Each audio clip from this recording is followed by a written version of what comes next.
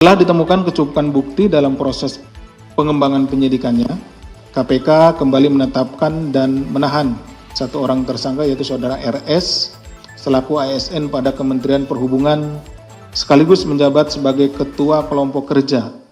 Kami dari Kedeputian Penindakan Komisi Pemberantasan Korupsi akan menyampaikan update informasi terkait pengembangan perkara dugaan tindak pidana korupsi berupa suap penerimaan hadiah atau janji pembangunan dan pemeliharaan jalur kereta api di Balai Teknik Perkeretaapian Direktorat Jenderal Perkeretaapian BTP DJKA Jawa bagian tengah pada Kementerian Perhubungan Kemenhub tahun anggaran 2022 sampai dengan 2024. Ini merupakan rangkaian dari penanganan tindak pidana korupsi dalam pembangunan jalan kereta api yang rekan-rekan sekalian juga sudah ikuti.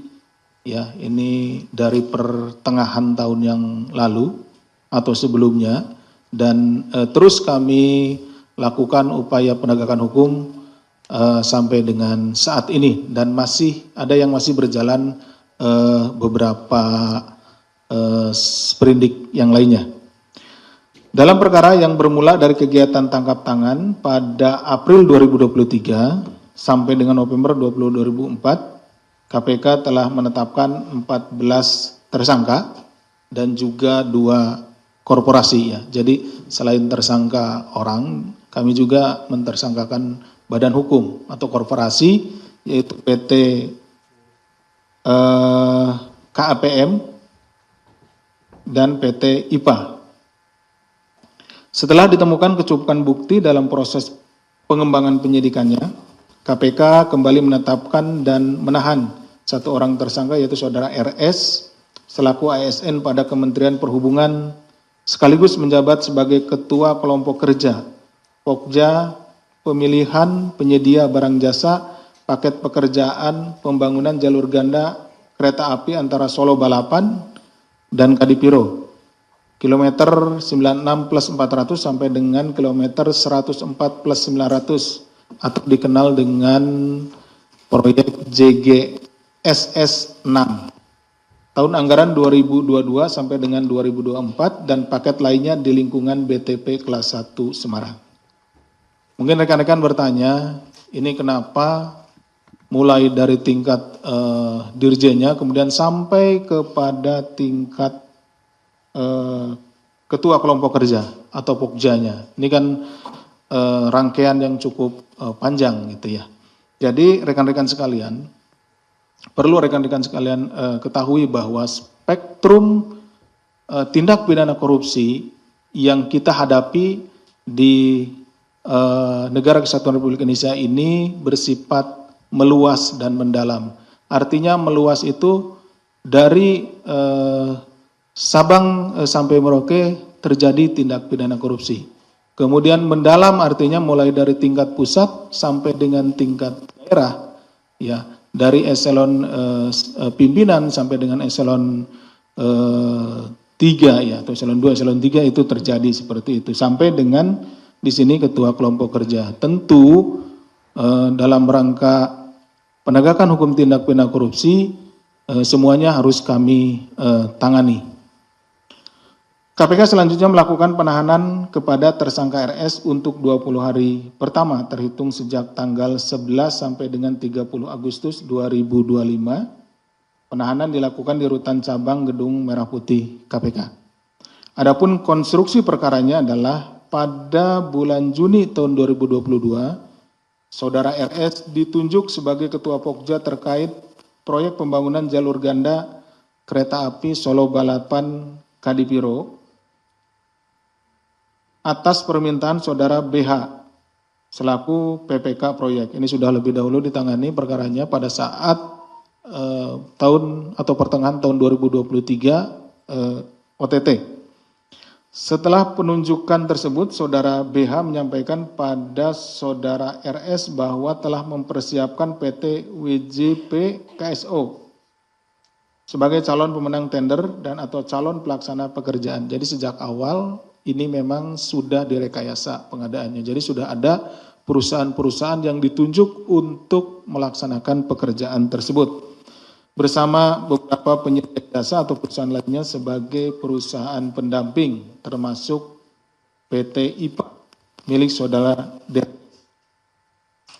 Selanjutnya saudara BH meminta saudara RS agar dapat mengakomodir permintaan tersebut, sehingga saudara RS menyampaikan kepada seluruh personel Pokja yang dipimpinnya untuk menambahkan syarat-syarat tertentu sebagai syarat calon penyedia jasa yang dimaksud sebagai kuncian tender. Jadi untuk memenangkan salah satu perusahaan yang telah ditunjuk, maka dibentuk atau ditentukanlah syarat-syarat khusus ya, yang spesifik merujuk kepada perusahaan tersebut. Ya, seperti itu. Misalkan ahli tekniknya, kemudian pengalaman menangani pekerjaan gitu ya, harus berapa atau harus berapa lama, sehingga itu menjadi kuncian bagi perusahaan tersebut. Nah, karena kan beda-beda nih, setiap perusahaan memiliki pengalaman atau memiliki pegawai yang expertnya gitu, seperti itu. Surat dukungan dari pabrikan yang memiliki sertifikasi dan asosiasi internasional, pemerintah atau lembaga yang mewakili negara asal pabrikan, bahwa vessel yang diproduksi dapat digunakan untuk mainline jalur raya, dan sertifikasi produksi sesuai standar dari Badan Akreditasi Independen Internasional yang masih berlaku. Jadi kunciannya itu berupa dukungan dari pihak pemilik sertifikasi dan sertifikasi produk standar. Jadi yang tidak dapat dukungan itu, nah akhirnya menjadi tereliminasi gitu ya, seperti itu. Nah, bahwa kemudian dalam proses tender tersebut PT WJ PKSO yang dipersiapkan sebagai pemenang justru dinyatakan gagal saat evaluasi oleh tim Pokja yang dipimpin oleh RS karena kesalahan unggahan dokumen penawaran. Jadi ternyata ini ada kesalahan juga di sini ya, kesalahan. Namun demikian PT IPA yang disiapkan sebagai perusahaan pendamping justru dinilai memenuhi syarat sebagai pemenang tender. Atas kondisi ini, kemudian saudara RS berkonsultasi dengan saudara BH agar mengubah skenario untuk memilih PT IPA sebagai pemenang tender proyek pembangunan jalur kereta api tersebut. Bahwa selanjutnya saudara RS menetapkan PT IPA sebagai pemenang tender pembangunan jalur ganda KA antara Solo Balapan Kadipiro 96 plus 400 sampai dengan kilometer 104 plus 900 CGSS 6 tahun anggaran 2022 sampai 2024. Kemudian PT IPA menandatangani kontrak tersebut dengan nilai 164,51 miliar. Dalam prosesnya PT IPA yang terpilih sebagai pemenang tender kemudian menanggung komitmen fee yang sebelumnya sudah disepakati oleh PT WJP KSO. Jadi tetap saja komitmen fee-nya yang di awal sudah dikomunikasikan atau disetujui antara pihak PT WJP KSO dengan para pihak tadi ya, dari saudara BH maupun saudara RS itu ditanggung oleh PT IPA sebagai pemenang. Jadi seharusnya kalau yang ini pendamping kemudian jadi menang, itu ya menang karena layak gitu ya. Tetapi tetap saja ternyata ada sejumlah uang yang harus dikeluarkan oleh PT IPA sebagai pemenang.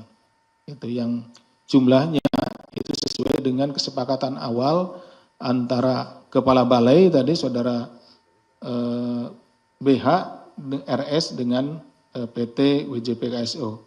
PT IPA kemudian diduga memberikan uang kepada saudara RS sejumlah 600 juta sebagai bagian dari komitmen fee dari nilai kontrak proyek. Jadi jumlahnya besar, tapi dibagi-bagi ke beberapa orang, ke beberapa pihak gitu ya.